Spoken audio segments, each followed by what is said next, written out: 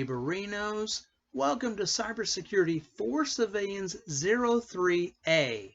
This is your cybersecurity pal with some more guidance on how to keep yourself more secure in an increasingly insecure digital world. So the topics we're going to be covering in section 3, social media, backing it up to a hard drive, and some free cybersecurity goodies to help keep you secure online. So what do we mean by social media? I want to make sure that we're all on the same page on this topic.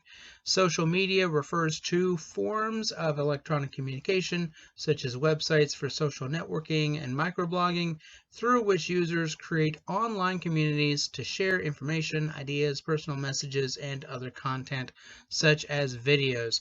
And you are familiar with social media, but you may not be as familiar with the term. Some examples include Facebook, Twitter, YouTube, Snapchat, blogs, and LinkedIn. And of course, whenever we get onto social media, and really whenever we're engaging online at all, we have to keep the proper perspective on this. Yeah, it gives us a window on a whole new world. However, it also gives a window for the whole world onto us. Another thing that we need to understand regarding social media is that most of the time these services are free to use. Facebook doesn't charge you anything. Google most of the time doesn't charge you anything. YouTube, most of the time they offer most of their services for free, which means they usually get their revenue by advertising. I mean, this is something that we're going to be noticing again and again in these types of presentations. Somebody's got to pay the bills. And if you are not paying for anything, then you are not the customer, you are the product. I mean, whenever you're browsing online and you see these things about cookies and all, that's what cookies do. They put a little tracer on your browser to let people know that you have gone to that website, and then they're going to have targeted advertising based upon your browsing history. Now, I need to emphasize there's nothing necessarily wrong about this. It is how we get all of these so-called free services, end quote, online. And, nothing necessarily nefarious about it, but we just have to keep this in mind. Like I mentioned before, free doesn't necessarily mean good or bad, but we need to be cautious. We need to keep in mind that everything that our dear relatives can read on Facebook, the bad guys can too. And we need to treat our personal information like the valuable commodity it is. And when I talk about personal information, I don't necessarily mean things like your username and password. I mean things like your birthday, the school you attended, your kids' names, your home address, things of that nature. Bad guys can use personal information like your birthday, your school, your kids' names, etc. to compromise your accounts. So do you really need Facebook and everybody on it to know this? I have personally seen this with one of our pharmacies that we use. When I call them, they verify that I am who I claim that I am by asking me what is my birthday, which is okay.